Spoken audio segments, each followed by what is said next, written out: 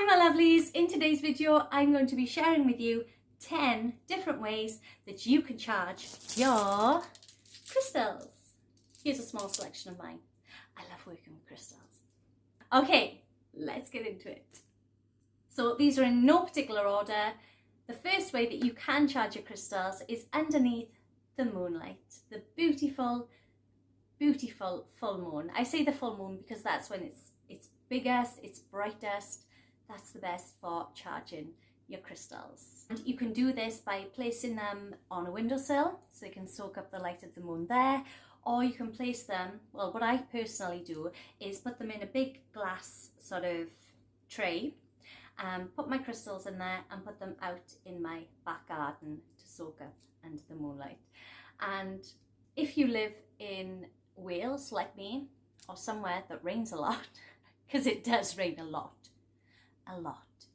in Wales, then you need to make sure that you're using crystals, if you're putting them outside, that can get wet. Not all crystals can get wet. Not all crystals can get wet. Some of them it can damage, but also some of them it makes them toxic. So just be aware of that. Just do an internet search to make sure your crystals can get wet if you live somewhere where the rain can get on them. Okay, the second way that you can charge your crystals is underneath the sunlight. So you can, again, the same way, but obviously under the sun instead of the moon. So you can put them on your windowsill, or you can put them outside if safe to do so, to soak up the powerful sun's rays. Another way to cleanse your crystals is by smoke cleansing. So smoke cleansing, you can use sage, you can use Palo Santo, or you can use incense. And all you do is, I haven't got one to hand, but if you're holding your sage, Palo Santo or incense, anything like that, obviously light it, and when the smoke is rising, you just hold your crystal, and just bring it through the smoke like that. You can pretend there's smoke there, so you just hold it through the smoke. I usually do mine for about 30 seconds to a minute per crystal, and that's one way to do it. You can cleanse them using water. I prefer running water, so you can use water running from a tap, you can use water from a waterfall, from a river. Obviously, if you're going to do it those ways, outdoors, then I would recommend maybe not holding them, because you could drop them and lose them. Maybe put them in some sort of drawstring bag with the little holes in, you know what I mean, and hold it that way, and it's less likely that you'll drop it and lose it. And if you do, it's going to be easier to fish it out if it's in the bag. So yes, holding it through running water, and let that water just run through and cleanse your crystal. You can use soil. So there's a few ways you can do this. You can put your crystal, plant it in a plant pot. Again, make sure it's a crystal that's safe to go in water. And I probably should have said that on the water section, but yeah, hopefully you kind of got that. But yes, if you're going to plant it in a plant pot, leave it in there for a few hours and that will cleanse it. You can also, same way, but plant it outside in your garden. However, if you're going to do this, I would recommend doing something like, you know, like X marks the spot, to make sure you've remembered where you've buried it, because otherwise you'd be, you know, you could dig up your whole garden looking for your crystals. So yes, you can plant them in soil, either out in your garden, or if you're going to do it out somewhere else, you need to find a way that nobody else will dig it up and find it, but where you'll remember what it was. Or you can put them in a plant pot. You can also use sea salt. Now it's very important that you don't use table salt, sea salt only, okay? And you can just place your crystals onto a bed of sea salt, and that will cleanse them and charge them. You can also use brown rice. So it needs to be dry and it needs to be uncooked brown rice. So maybe get a bowl, fill it with dry uncooked brown rice, and plop your crystals in there. I just put mine right in there, and the rice will absorb all of the energy from them, the bad energy, the negative energy, or the stale energy. Gets rid of them and cleanses them. Gets rid of it and cleanses them. I will say, do not use that rice after you've used it to cleanse your crystals. Think about it. It's going to be filled, that rice is going to be filled with old, stale, negative energy. Throw it out. Get rid of it once you've used it. You can charge your crystals using other crystals. And one in particular that's very good for this is selenite. And I have, here's my selenite. Can you see that?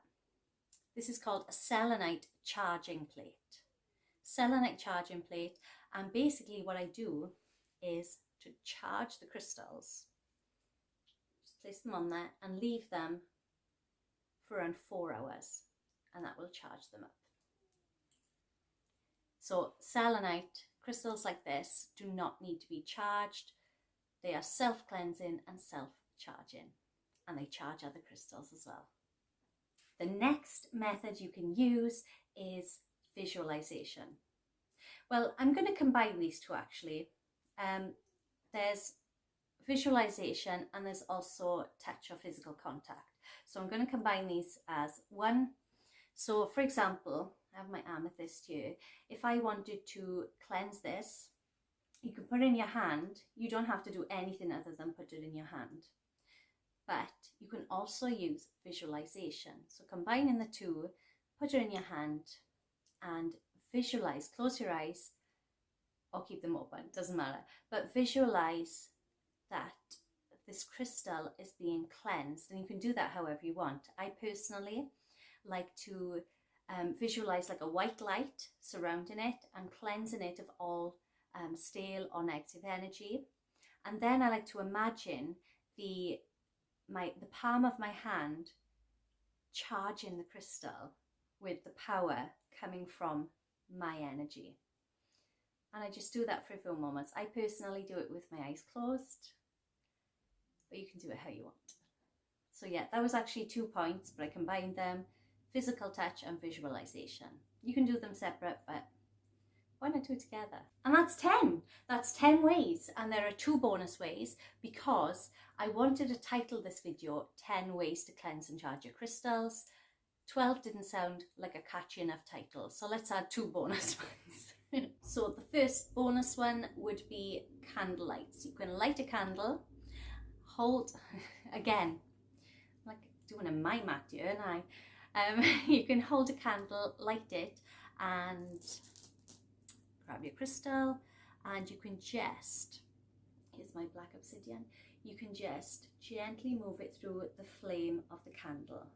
Don't burn yourself, please be careful. Please don't sue me if you do. Please. Okay, so hold it through, you can do it just from the light of the candle. It doesn't have to go into the flame, or if you can feel the heat, you can just put it through. Similar to the smoke cleanse, but with a candle flame instead. And the final bonus way to cleanse and charge your crystals is with sound.